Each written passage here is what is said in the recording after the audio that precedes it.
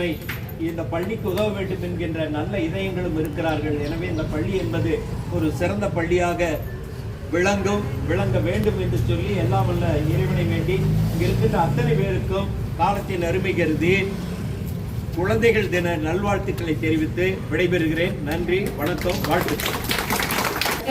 அறிவுரை வழங்கிய ஐயா அவர்களுக்கு நமது பள்ளியின் சார்பாக வணக்கத்தையும் நன்றியையும் சாட்டிக் கொள்கின்றனர்.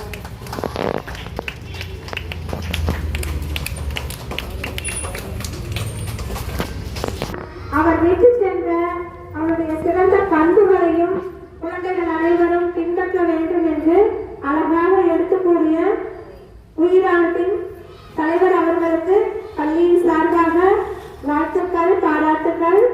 அடுத்ததாக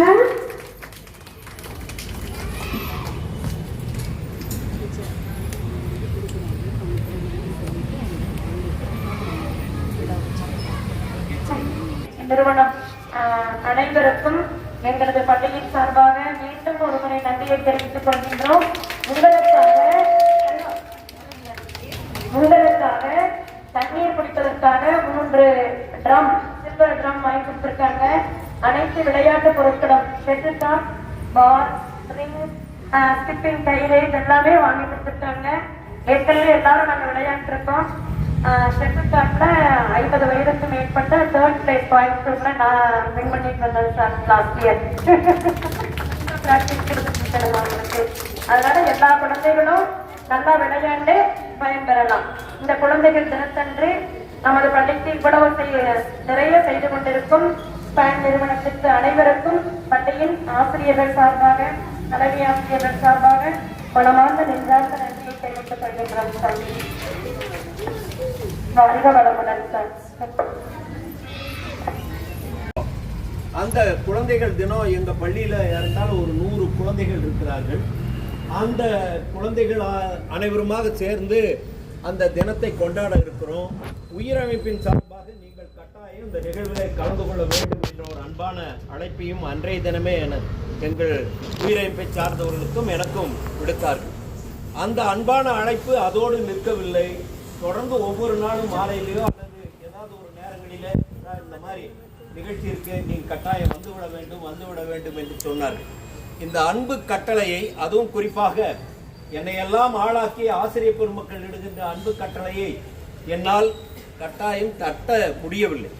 அவர்கள் என்ன கட்டளை இட்டார்களோ அதற்கேற்ப இந்த அருமையான நிகழ்வில் கலந்து கொள்ளக்கூடிய ஒரு அருமையான வாய்ப்பு எனக்கு அப்படியே நான் படித்த அந்த காலங்கள் மனதிற்குள் வருகிறது. பண்டிட் ஜவஹர்லால் நேரை பற்றி ஒரு கதை உங்களுக்கு சொல்ல ஆசைப்படுறேன். நேர்மாமா பற்றி உங்களுக்கு நிறையா ஆசிரியர்கள் சொல்லியிருப்பாங்க. நான் அதிக நேரத்தை எடுத்துக்கல. நீங்கள் நல்லா பாட்டு பாடணும், ஆட்டம் ஆடணும், நிறைய நிகழ்ச்சிகள் உங்களுக்கே இருக்கு. அந்த நிகழ்ச்சி அத்தனையுமே பெருமையாக நேர்மாமாவை பற்றி மட்டும் சொல்லாமல் இதில் ஏதாவது ஒரு விழிப்புணர்ச்சியை விழிப்புணர்வை ஏற்படுத்த வேண்டும் பொதுமக்களுக்கு என்ற ரீதியிலே சாலை பாதுகாப்பு சார்ந்து இன்றைக்கே சாலை பாதுகாப்பின் மூலமாக சாலை பாதுகாப்பு இல்லாத காரணத்தால் உயிரிழந்து போகிறவர்களுடைய எண்ணிக்கை அதிகமாக இருக்கிறது. அதை தடுத்து நிறுத்துகின்ற வகையில் இன்றைக்கு நடக்கிற ஒவ்வொரு நிகழ்ச்சியிலும் ஏதாவது ஒரு விழிப்புணர்வு சார்ந்த செய்திகள் இடம்பெற்றுக் கொண்டிருக்கிறது. அவையெல்லாம் இனி தொடர்ந்து நடைபெற இருக்கிறது. எனவே அதற்கு முன்பாக ஒரு சின்ன கதை மட்டும் உங்கள்கிட்ட சொல்லிட்டு நான் விடைபெற ஆசைப்படுகிறேன். பண்டிட் ஜவஹர்லால் நேரு அவர்கள் பணக்கார குடும்பத்தில் பிறந்தவர். எப்படி? பண்டிட் ஜவஹர்லால் நேரு மிகச்சிறந்த பணக்கார குடும்பத்தில் பிறந்தவர். அப்படி பணக்கார குடும்பத்தில் பிறந்த அந்த நேரு மாமாவுக்கு ஒரு பழக்கம் இருந்தது. என்ன பழக்கம் இருந்ததுன்னு சொன்னா, அந்த காலத்துல பணக்கார குடும்பத்தில் பிறந்தவர்கள், செல்வ சீமான்கள், கோடீஸ்வரர்கள், மிட்டா மராஸ்தார்களுக்கெல்லாம் காடுகள் நிறைந்திருந்தது. நம்ம நாட்டில் காடுகள் நிறைந்திருந்தது. அந்த காடுகளில் விலங்குகள் நிறைய இருந்தது. அந்த விலங்குகளை வேட்டையாடக்கூடிய அந்த ஒரு உரிமத்தை பண்டிட் ஜவஹர்லால் நேருடைய குடும்பம் பெற்றிருந்தது. இப்போ பண்டிட் ஜவஹர்லால் நேருக்கும் வேட்டையாடுவதிலே மிகவும் ஆர்வம். எனவே பண்டிட் ஜவஹர்லால் நேரு தனக்கு கிடைக்கின்ற ஏதாவது ஒரு நேரங்களில் காடுகளுக்கு சென்று வேட்டையாடுவதை ஒரு வழக்கமாக வைத்திருந்தார். அப்படி வச்சிருந்த போது ஒரு முறை வேட்டைக்கு போயிட்டார். பண்டிட் ஜவஹர்லால் நேரு மாமா வேட்டைக்கு போயிட்டாரு. வேட்டைக்கு போய் அங்க ஒரு மானுடைய குட்டி, ஒரு தாய் மானும் ஒரு குட்டி மானும் மேய்ஞ்சிட்டு இருக்கு காட்டுல.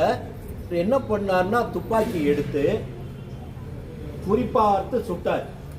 சுட்டதுல தாய் மானுக்கு அடிப்படல, குட்டி மான் அடிபட்டுருச்சு. குட்டி மான் குட்டிக்கு அடிபட்டுருச்சு. அடிப்பட்ட அந்த குட்டி அப்படியே சுருண்டு கீழே விழுந்துருச்சு.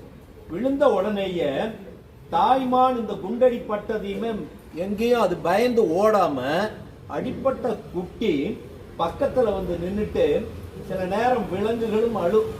அது யானைகளும் மானுமலும் எல்லா விலங்குகளுக்கும் அழுகக்கூடிய அந்த தன்மையை இறைவன் கொடுத்திருக்காரு.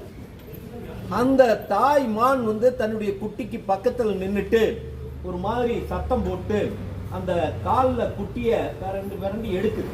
ஆனா குட்டி எந்திரிக்க முடியுமா? செத்த குட்டி எந்திரிக்குமா? எந்திரிக்காது. உடனே கண்ணீர் விடுது. அந்த தாய் மான் கண்ணீர் விடுகிறது.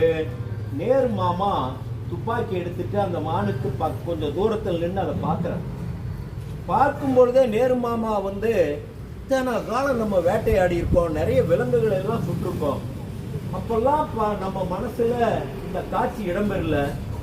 இப்போ ஒரு தாயினுடைய பாசம், அது யாராக இருந்தாலும் மனிதனத்துக்கு மட்டும்தான் பாசம் இருக்குன்னு சொல்றதுக்கு இல்ல, விலங்குகளுக்கும் இந்த பாசம் இருக்குது அப்படின்றத நேரு மாமா உணர்ந்து இனிமேல் அந்த தாய் மான் வந்து குட்டி மான் செத்து கிடக்கிறத பார்த்து கண்ணீர் விட்டு காதறி அழுகிற காட்சி மனிதர்களாக இருந்தால் வாய் விட்டு அழுகுவாங்க, தெரிஞ்சிருக்கும். ஆனால் இந்த மான் வாய் விட்டு அழுகக்கூடிய நிலையில் எல்லாத்தையும் கூட நேரு மாமாவுடைய மனதில் அந்த காட்சிகள் அப்படியே அது பதிந்த உடனேயே நேரு மாமா அன்றைக்கு ஒரு உறுதி எடுக்கிறார். இனிமேல் நான் இந்த மாதிரி தவறுகளை செய்ய மாட்டேன் அப்படின்னு சொல்லி, இனிமேல் நான் எந்த விலங்கையும் வேட்டையாட மாட்டேன், இதுவரை நான் வேட்டையாடினது மிகப்பெரிய தவறு, விலங்குகளை சுட்டு கொன்னது மிகப்பெரிய தவறு என்று சொல்லி அந்த தவறை என்ன பண்ணாரு? திருத்திட்டார். அது திருத்தந்தோடு மட்டுமல்லாமல் விலங்குகள் மீது அதிகபட்சமான அக்கறை காட்ட ஆரம்பிச்சார். அவருடைய வீட்டுல நிறைய விலங்குகள் எல்லாம் வளர்த்துனாங்க. அந்த பரம்பரையில வந்தவங்க தான் மேனகா காந்தி அவர்கள். விலங்கு நல ஆர்வலராக ஒரு அமைச்சரவையில மிகப்பெரிய பொறுப்பை எல்லாம் ஏற்று விலங்குகள் மீது அதிக பற்றும் பாசம் உடையவர்களாக இருந்தாங்க. அது சார்ந்தெல்லாம் நீங்க தெரிஞ்சுக்க வேண்டியதில்லை, அது அரசியல் சார்ந்த சில விஷயங்கள் இருந்தாலும் குழந்தைகளாகிய உங்ககிட்ட இப்ப நான் சொல்ல வர்றது என்ன அப்படின்னா, எப்படி வேட்டையாடணும்னு ஆர்வமாக இருந்த நேரு மாமா இந்த மான்குட்டி செத்த உடனே அந்த தாயின் பாசத்தை பார்த்து அந்த தவறை திருத்தி கொண்டாரோ, அதுபோல நீங்களும் என்ன பண்ணும், சின்ன சின்ன தவறுகள் செய்கின்ற பொழுது அந்த தவறுல இருந்து என்ன பண்ணும், நம்ம திருத்திக்கணும். ஒவ்வொரு தலைவர்களுடைய பிறந்த நாளும் நமக்கு நல்ல நல்ல போதனைகளை தருகிறதாக தான் இருக்கு. அந்த ஒவ்வொரு தலைவர்கள், அதாவது இந்த நாட்டில் பிறந்த அத்தனை தலைவர்களும் பாராட்டுக்குரியவர்களாக மாறல, பாராட்டுக்குரியவர்களாக மாறிய அத்தனை தலைவர்கள், சிறப்புக்குரிய அத்தனை தலைவர்களும் ஏதாவது ஒரு செய்தியை நம்முடைய மனித குலத்திற்கு நமக்கெல்லாம் விட்டுட்டு போயிருக்காங்க. அந்த வகையில பண்டிட் ஜவஹர்லால் நேரு நிறைய செய்திகளை நமக்காக விட்டு சென்றிருக்கிறார். அந்த அவர் விட்டு சென்ற அந்த பணியை நாமெல்லாம் என்ன பண்ணணும், தொடர்ந்து கடைபிடிக்கணும், தொடர்ந்து அதை செய்ய வேண்டும். அதுதான் ஒவ்வொரு பிறந்த தினத்திலே நம்ம எடுக்க வேண்டிய ஒரு உறுதிமொழியாக இருக்கும். அது மட்டுமல்லாமல் இன்றைக்கு நடக்கிற இந்த நிகழ்வுல தலைமை ஆசிரியர் சொன்னாங்க, சார் எங்க குழந்தைங்க சாலை பாதுகாப்புல கில்லாடிய, எங்க குழந்தைங்க காலையில் அங்க வந்து நின்று யாராவது ஹெல்மெட் போனா சொல்லுவாங்க, சீட் பெல்ட் போனா சொல்லுவாங்க, 3 பேர் வண்டியில போனா உடனே நிறுத்தி சொல்லுவாங்க. எங்களுக்கு ஒரு பெரிய ஆசை உயிரமைப்புக்கு என்னன்னா, இப்படிப்பட்ட நல்ல செயலை செய்யக்கூடிய அந்த குட்டி காவலர்கள் மட்டுமல்ல, பள்ளியை சார்ந்த அந்த குழந்தைகளை பாராட்ட வேண்டும் என்கின்ற ஆசை எங்களுக்கு அதிகம்.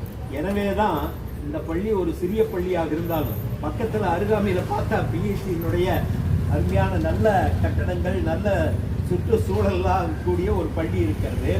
அதை விடுத்து இங்கு ஒரு பள்ளி, மரக்கன்றுகள் எல்லாம் நடப்பட்டு அப்படியே இயற்கை சூழலில் அமைந்திருக்கிறது. இந்த பள்ளியில 100 மாணவர்களாவது படிக்கிறார்களே என்று நினைக்கின்ற பொழுது மிகவும் பெரிதாக இருக்கிறது.